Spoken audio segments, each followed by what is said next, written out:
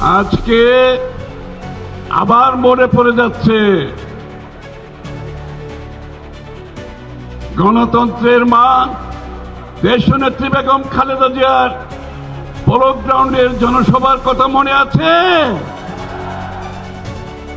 আবার আজকে আমরা দেখছি সমস্ত চট্টগ্রামের মানুষ, বিশাল জনসভা নয়, এই মাঠের বাইরে আমরা যতটুকু পথ এসেছি জনগণ ছাড়া আর কেউ ছিল না, খালি মানুষ আর মানুষ। আবার এই চট্টগ্রাম থেকে মানুষের ঢল নয়, চট্টগ্রাম থেকে শুরু হবে ধানের শীষের সুনামি, শুরু হবে চট্টগ্রাম থেকে ইনশাআল্লাহ। এই চট্টগ্রাম থেকে শহীদ প্রেসিডেন্ট জিয়াউর রহমান স্বাধীনতার ঘোষণা দিয়েছিলেন।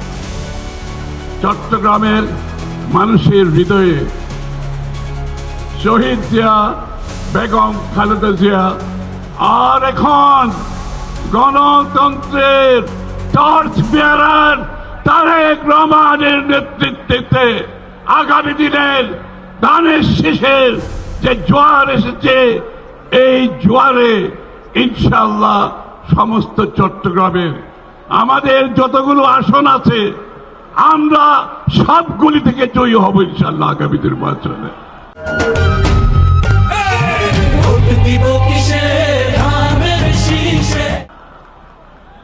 বিএনপি এবং গণতন্ত্র মুদ্রার এপিঠ আর ওপিঠ।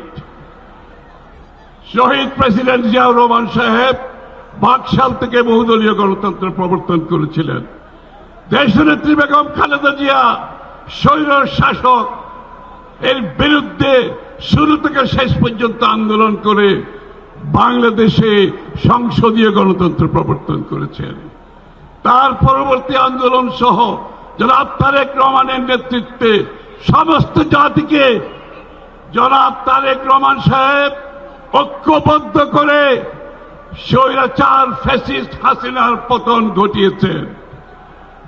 সুতরাং বিএনপি হচ্ছে গণতন্ত্রের টর্চ বেয়ারার।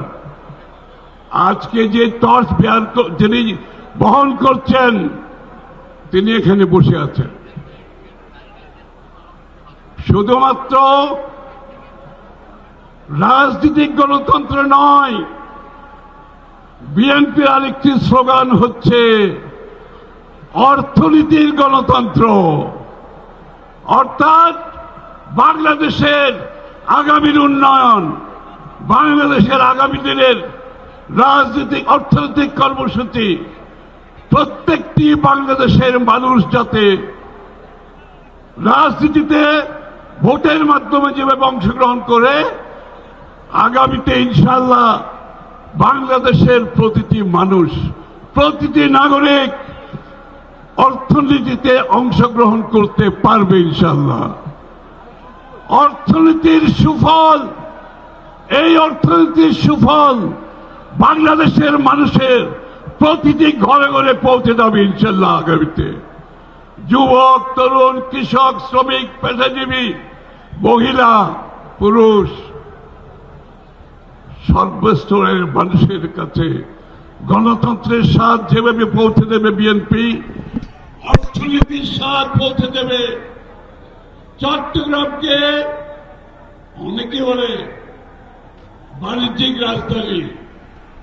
বাণিজ্যিক রাজধানী এখানে বক্তৃতা দিলে হবে না, আমাদের চট্টগ্রামকে এমনভাবে অর্থনৈতিক কর্মকাণ্ড, চট্টগ্রামকে একটি অর্থনৈতিক হাব হিসেবে পরিচিত হবে। এই হাব, এই অর্থনৈতিক জোন, ইকোনমিক জোন, এই হাব শুধু বাংলাদেশের জন্য হবে না, এই হাব হবে পুরো এই অঞ্চলের জন্য। আমাদের পাশে যে দেশগুলো আছে, আমাদের পূর্বে পশ্চিমে, সকলের জন্য চট্টগ্রামকে অর্থনৈতিক হাবে আমরা ইনশাআল্লাহ আগামী দিনে পরিণত করব। শুধুমাত্র বাণিজ্যিক রাজধানী না, তার চেয়েও বেশি আমরা এগিয়ে যাব।